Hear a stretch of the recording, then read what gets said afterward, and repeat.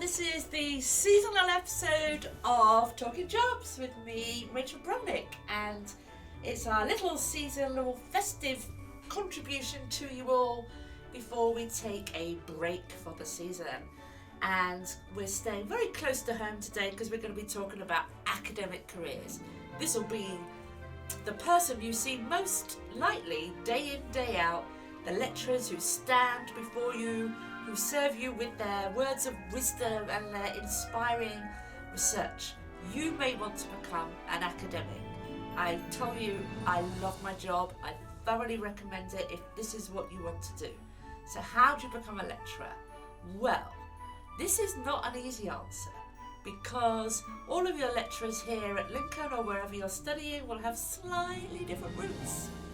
Some people will have come through a practice route, they might have come through forensic or clinical. I think there are some commonalities. Most of us will have done a degree, undergraduate degree, and all of us will have done, I should say most of us, all of us will have done some kind of postgraduate qualification or degree.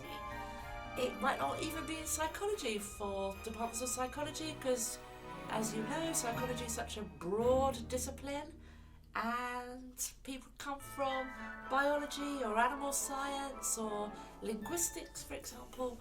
So to offer that rich diversity of education, we bring in lots of different people. I was quite a standard route, but enough about me because I wanted to meet our very special jingly-jangly guest for today. Stay tuned, it's going to be a big surprise.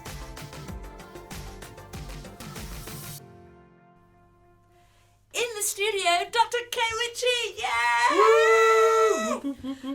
I invited you, Kay, because you're fun and it's Christmas. It is. You are Christmas. You are the Christmas of Lincoln Psychology. I do own an embarrassing number of Christmas jumpers and t-shirts. So, well, yeah. We will tweet out a picture of you today here with us.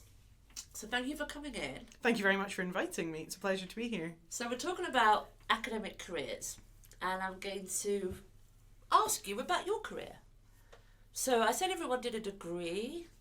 Did you do your degree in psychology? I did. I have actually had a pretty traditional research-related route into finding me here as a lecturer at Lincoln. Ah, well, good person then.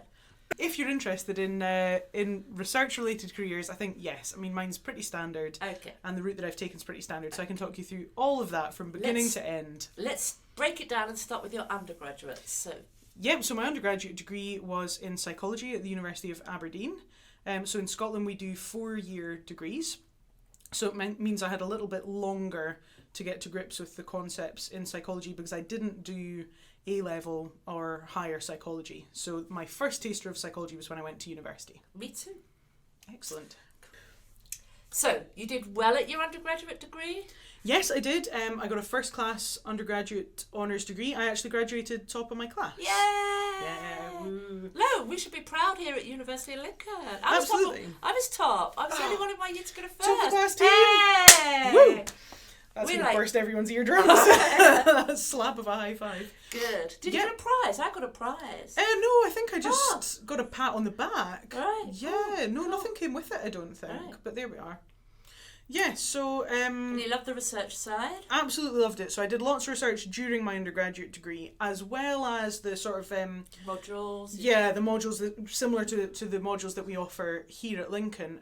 I also did some voluntary research in the lab. So over the summer of my 3rd year to 4th year, which would be the equivalent of the English 2nd to 3rd year, I was contacted actually by a member of staff who I'd been on his elective courses, and he asked me if I was interested enough in his work and if I would like to apply with him for some summer bursary money.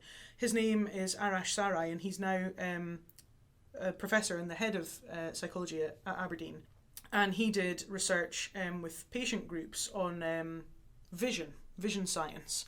So we applied for funding for 2 different projects. One, I think, was to do with eye movements, and the other was to do with binocular rivalry. So how are two separate...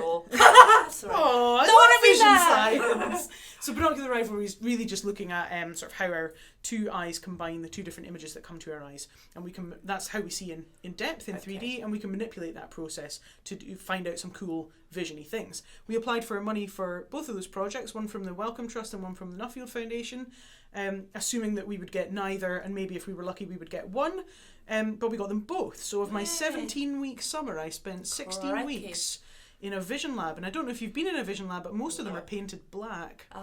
So it was a dark existence. I've been in your lab. I was like recognising footballers in some That's studies. right, and in fact that was a binocular rivalry experiment. We were looking at presenting an image of a football player to one eye and an image of a house to the other eye.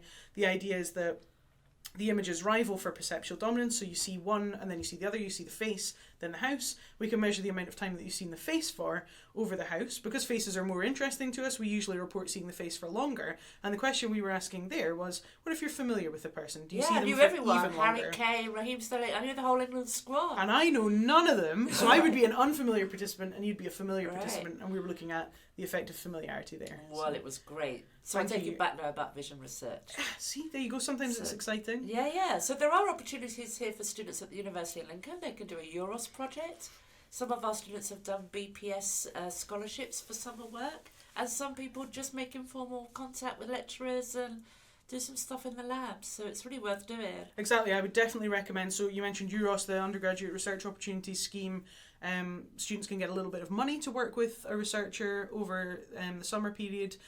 Even if you don't want to commit to volunteering for a whole project, I would definitely recommend, if there's a lecturer whose work you're interested in, just ask them if they want some help collecting some data on something, or doing a literature search on something in their lab.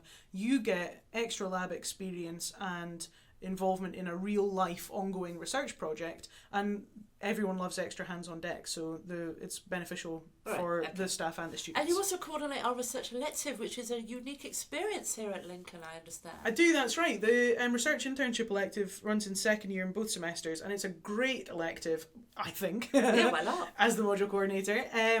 It allows students the experience of being involved in a lab in all different aspects of the research process, and it's just more hands-on research experience before you get to doing your independent dissertation in third year. So yeah, highly recommend that. That's great. That elective. What I will say to our listeners is, not everyone does have that time, because some people do have caring or commuting responsibilities. But here at Lincoln, or wherever you're doing your degree, your core modules with the projects and dissertations you're doing will, help you towards an academic career. So you did all those wonderful things as an undergraduate. And then what happened next? What happened next was I really quite enjoyed it. And actually, as you mentioned, obviously everyone needs money. You might have a part-time job. So if you can get a paid research position, that was the only way I was able to do that over the summer. Instead of my job, I got some bursary money. So I appreciate that's obviously a concern for people. So after that, I really enjoyed the work. I enjoyed Arash and working with him. And so I asked if I could be a dissertation student of his. Okay. And I did end up doing my third year dissertation project with Arash, working on blindsight. So that is a phenomenon whereby people have an injury to their brain, which makes them unable to process an area of the visual field. So they're blind in part of their visual field, but they're not blind in their eyes, they're blind in their brain. So there's still some information going in through the eyes and being processed in subcortical structures in the brain, but they can't phenomenally see in an area of their visual field. And so I did my dissertation project looking at people's residual ability to tell whether or not something is presented in depth. And so that kind of combined the binocular rivalry depth perception work with some patient work. And that was really interesting. I really enjoyed that work so much that I asked Arash if it would be possible to stay and do a PhD. And before that point, I had no intention of ever pursuing a research career.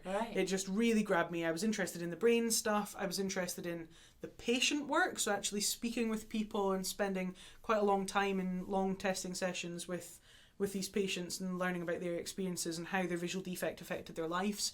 That was really interesting. And I definitely, up until that point, I'd thought I would probably go on to look at clinical psychology, but I really enjoyed the research work, and so decided I would ask if I could stay and do a PhD. Good. So that was in your third year, so I think making that decision to make it your career. Yeah, so my fourth year of your final year, I should final say. year, exactly, yeah. I mean, I think that's a good point for people, because people might be not knowing if it's right for them or not knowing if they've got the aptitude and things. I mean, for me, it wasn't until right near the end of my third year. For me, I wrote an essay for one of my electives. And you know, if you write a good essay, you put further research should look at blah, blah, blah, which is what I did. And the person I wrote the essay for called me in and said, we should do this. So it's, That's you know, brilliant. I hadn't ever have put myself as someone who would take that kind of route. Research is something that you have to try out and see if it fits you. And it's not for everyone, and that's absolutely fine. Obviously, it's a core component of your BPS accredited undergraduate degree, so you will have to do some of it. And in most jobs, in most practitioner jobs, you'll be required to undertake a little bit of, you know, clinical research or forensic research. But deciding to make it the core part of what you do, I think, is you definitely need to try it out first. So Yeah, sure. that's why things like dissertation or any other opportunities that you can take to be in a lab to figure out if that's what you want to do full time, I think definitely grab those opportunities when they come up. Great. And some people, if they're listening, it you know, it can fall out from heaven or wherever you believe in. But you can, you know, apply for posts as you would do for other jobs. So look on jobs.ac.uk, look on Find a PhD. Really encourage you to find a funded PhD if you can. Absolutely, and I that mean, was who core. would want to fund yourself? But some people do. It's. You know. I think it's definitely tricky, and that was core to what I said to Arash when I said I'd really like to do a PhD, but we're going to need to find some funding because I can't fund myself through this. You know, and like you say, yeah, you know, sometimes things just pop up, but the thing that pops up might be a job advert that's slightly outside of the range of what you were initially looking for Sure. on Find a PhD or on jobs.ac.uk. So my advice to students is always try not to be too blinkered. Try not to have tunnel vision for one particular job or one particular area of research or one particular outcome. Because I find the more open you are to suggestions, the more likely it is that the one thing that's really for you sort of flashes up in your periphery and you can grab it. As long as you're not tunneled towards one particular area of research, something else might pop up, and as long as you're willing to grab those opportunities, they'll be there. It's the same as advice we give for people choosing their dissertation supervisor. It's Right. no different, is it? Just to be Right. that open to opportunities. Exactly. To get that sort of training. So you finished your PhD and here you are as a lecturer. Yes, So, there were some steps in between. what did you do then? So after PhD, it was coming towards the end of my PhD, and there was a chap called Mike Burton who was a professor at the University of Aberdeen, and he had a job coming up, and I didn't take my own advice. I was very tunnel vision towards sort of basic vision research. That's what I'd done for my PhD. That's what I wanted to continue to do. And I'd looked at a couple of jobs and I thought, they're not quite right for me.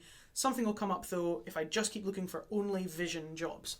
Mike Burton is quite a well-renowned face perception researcher, and he had a job coming up. So he knew that he had got a grant from the ESRC. It's one of the main funding bodies in the UK, the Economic and Social Research Council. And that was to fund part of his job, to fund a PhD student and to fund a postdoc. So a postdoc, a postdoctoral research fellow, is someone who will do research usually associated with another professors funded by their grant. It's someone who has a PhD and is in that in-betweeny stage between PhD and lecturer. And so he strongly suggested that I apply for that job. And now that's a good example of not being so blinkered that I said no, because it wasn't a low vision job. That's what I thought I wanted to do. It was a face perception job. I wasn't entirely sure what face perception was. But now really. you are Dr. Face Perception. I am now. It really grabbed my interest. I did apply for his job, and I was lucky enough to get it. And we went on to work together for many years.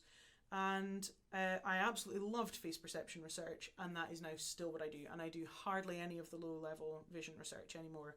I really like faces. I think they're really fun and interesting. It is interesting, yeah.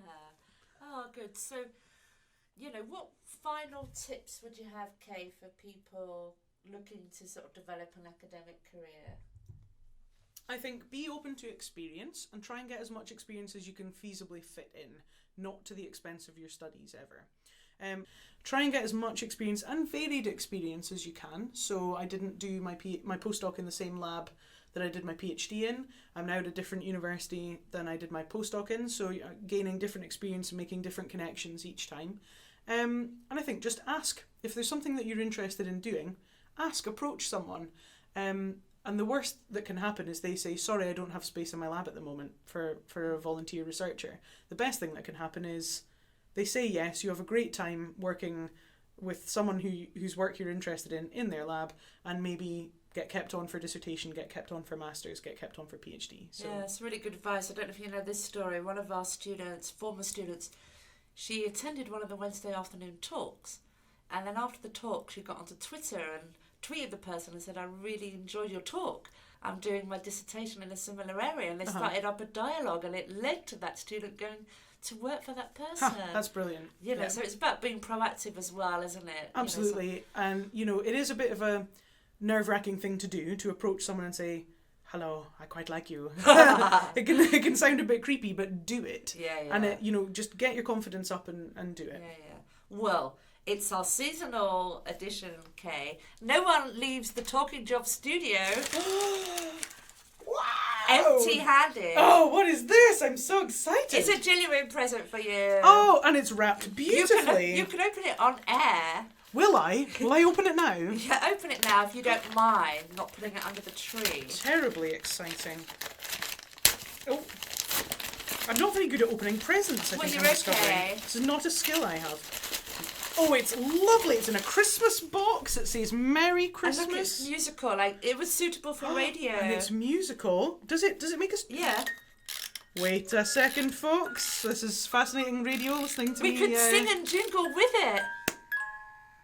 We wish you a Merry Christmas. We wish you a Merry Christmas.